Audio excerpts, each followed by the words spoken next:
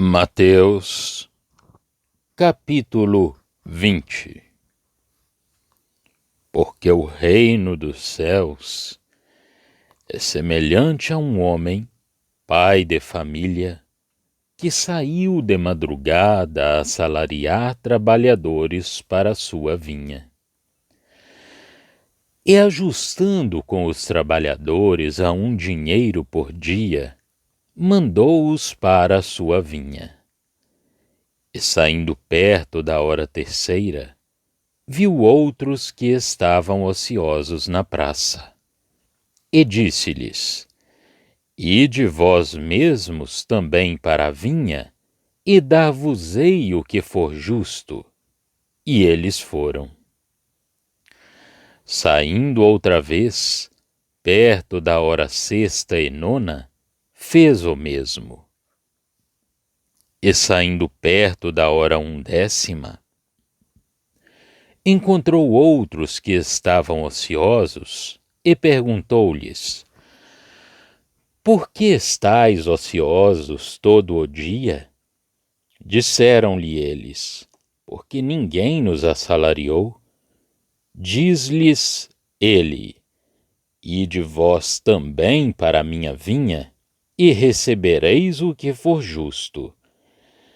E aproximando-se a noite, diz o senhor da vinha ao seu mordomo: Chama os trabalhadores e paga-lhes o jornal, começando pelos derradeiros até aos primeiros. E chegando os que tinham ido perto da hora undécima, receberam um dinheiro cada um. Vindo, porém, os primeiros, cuidaram que haviam de receber mais, mas do mesmo modo receberam um dinheiro cada um. E recebendo-o, murmuravam contra o pai de família, dizendo: Estes derradeiros trabalharam só 1 hora, e tu os igualaste conosco, que suportamos a fadiga e a calma do dia. Mas ele, respondendo, disse a um deles: Amigo, não te faço agravo? Não ajustaste tu comigo um dinheiro? Toma o que é teu e retira-te. Eu quero dar a este derradeiro tanto como a ti. Ou não me é lícito fazer o que quiser do que é meu? Ou é mau o teu olho porque eu sou bom? Assim, os derradeiros serão primeiros, e os primeiros derradeiros, porque muitos são chamados, mas poucos escolhidos. E subindo Jesus a Jerusalém, chamou à parte os seus 12 discípulos, e no caminho disse-lhes: Eis que vamos para Jerusalém. E o Filho do Homem será entregue aos príncipes dos sacerdotes e aos escribas, e condená-lo-ão à morte. E entregá-lo-ão aos gentios para que deles escarneçam, e o açoitem, e crucifiquem, e ao terceiro dia ressuscitará.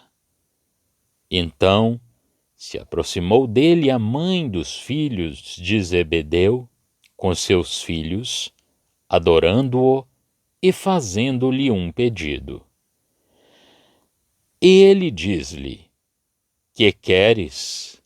E ela respondeu: Dize que estes meus 2 filhos se assentem, um à tua direita e outro à tua esquerda, no teu reino. Jesus, porém, respondendo, disse: Não sabeis o que pedis. Podeis vós beber o cálice que eu hei de beber, e ser batizados com o batismo com que eu sou batizado? Dizem-lhe eles: Podemos. E diz-lhes ele: Na verdade, bebereis o meu cálice e sereis batizados com o batismo com que eu sou batizado.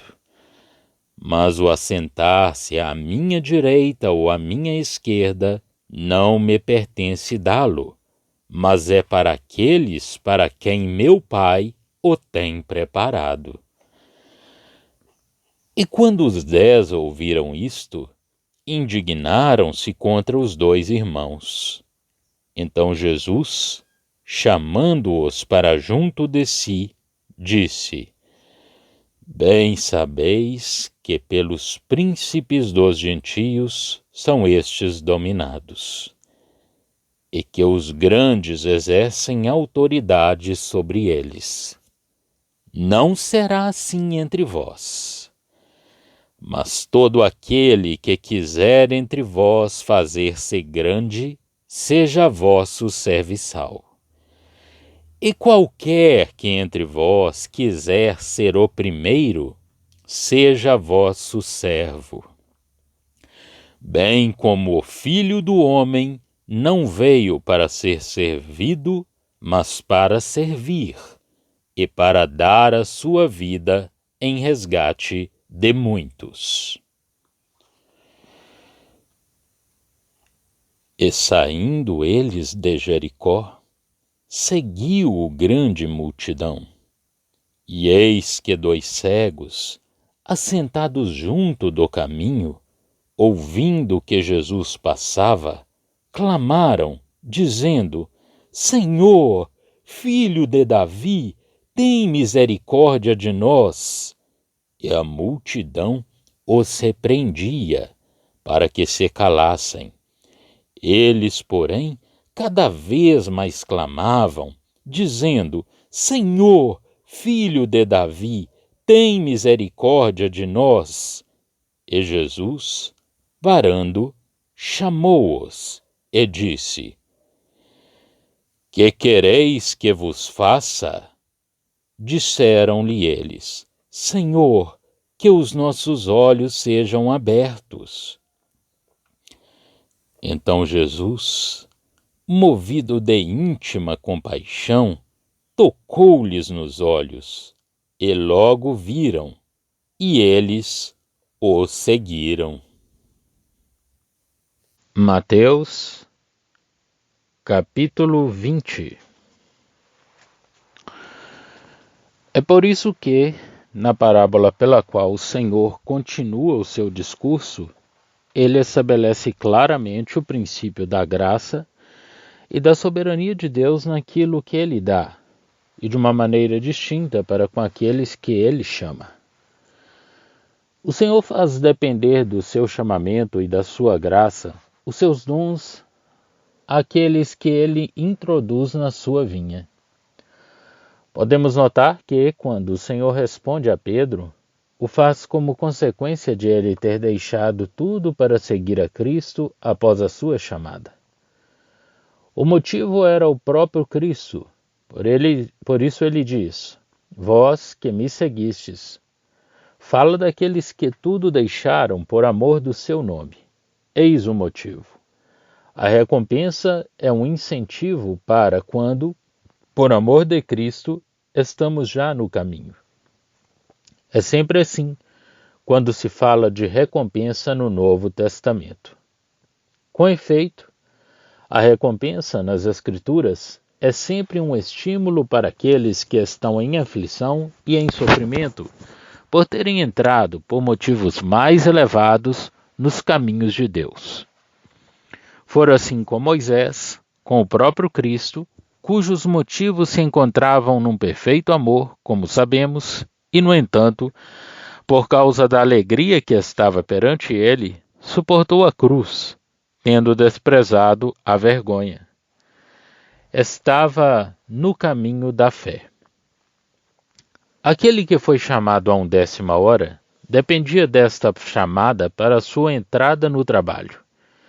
E se o seu amo, na sua bondade, decidia dar-lhe tanto como aos outros, eles deveriam alegrar-se com isso. Aos primeiros havia sido feita justiça. Recebiam o que havia sido estipulado. Os últimos desfrutavam da graça do amo, e o Senhor faz notar que eles aceitaram o princípio da graça, da confiança nessa graça.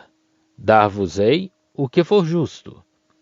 O ponto essencial da parábola é justamente esse: a confiança na bondade do dono da vinha e a graça como ponto de partida da sua ação. Mas quem o compreendia? Um Paulo podia entrar tarde na obra, tendo sido chamado por Deus nessa altura, e não obstante ser um testemunho mais poderoso da graça do que os obreiros que tinham trabalhado desde a aurora do Evangelho. O Senhor prossegue o seu assunto com os discípulos. Sobe a Jerusalém, onde o Messias deveria ter sido recebido e coroado, para ser rejeitado e condenado à morte, mas para ressuscitar em seguida. E quando os filhos de Zebedeu vêm pedir-lhe os 2 primeiros lugares no reino, ele responde-lhes que pode conduzi-los ao sofrimento. Mas quanto aos primeiros lugares no seu reino, não pode concedê-los, segundo os desígnios do Pai, senão aqueles para quem o Pai os havia preparado. Que maravilhosa renúncia a si próprio! É para o Pai, para nós, que ele trabalha. De nada dispõe. Pode conceder àqueles que o seguirem uma parte dos seus sofrimentos, mas todas as outras coisas serão dadas segundo os desígnios do Pai. Mas que real glória para Cristo e que perfeição nele, e que privilégio para nós de não termos senão este motivo e de partilharmos os sofrimentos do Senhor. E que purificação para os nossos corações carnais nos é aqui proposta, fazendo-nos atuar só para um Cristo sofredor, compartilhar da sua cruz e nos entregarmos a Deus para a recompensa.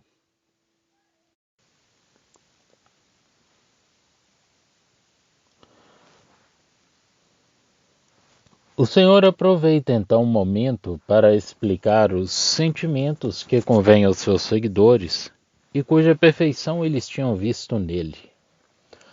No mundo, procurava-se autoridade, procurava-se ser grande, mas o Espírito de Cristo era o Espírito de serviço, que fazia escolher o último lugar e mostrar uma dedicação absoluta aos outros. Formosos e perfeitos princípios, cuja plena e brilhante perfeição foi manifestada em Cristo.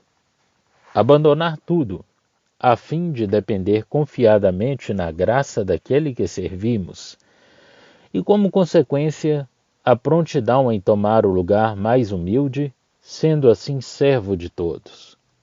Eis o que deveria ser o espírito dos que têm parte no reino, tal como estabeleceu agora o Senhor que foi rejeitado.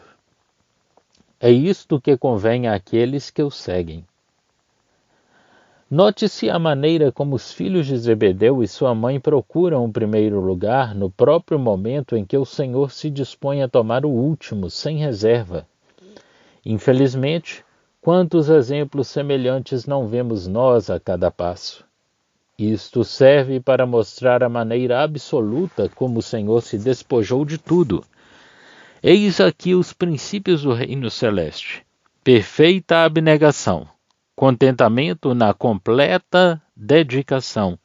É o fruto do amor que não procura o seu próprio bem, condescendência que decorre daquilo que não se procura, submissão quando se é desprezado, doçura e humildade de coração. O amor produz ao mesmo tempo quer espírito de serviço para com os outros, quer a humildade que fica contente com esta posição. O Senhor cumpriu isto até a morte, dando a sua vida em resgate de muitos. No verso 29, começa a sua última apresentação a Israel como filho de Davi. O Eterno, o verdadeiro rei de Israel, o Messias. Começa a este respeito a sua carreira em Jericó, o lugar onde Josué entrou no país, lugar onde a maldição permaneceu por tão longo tempo. Essa parte do Evangelho termina com o verso 28, principiando então as cenas finais da vida do nosso bendito Salvador. O caso do cego de Jericó marca, nos 3 primeiros evangelhos, o princípio das circunstâncias finais da vida de Cristo, as quais conduziam à cruz, estando terminado o conteúdo geral e os ensinamentos de cada um deles. Desde então, Jesus é apresentado como filho de Davi, sendo como tal a última apresentação que faz de si próprio a esse povo e sendo-lhe prestado o testemunho de Deus sob esse título. Abre os olhos cegos do seu povo, dos que creem nele e o recebem como o Messias, pois ele o era verdadeiramente, embora rejeitado. Os cegos saúdam-no como filho de Davi e ele responde à sua fé, abrindo-lhes os olhos. Seguem-no, figura do verdadeiro remanescente do seu povo que espera por ele. Já estão disponíveis para leitura os comentários do Novo Testamento e do Antigo Testamento de João Nelson Darby. Estão nos formatos de livro, e-book, também aplicativo para o celular Android. Visite o nosso site www.palavrasdoevangelho.com.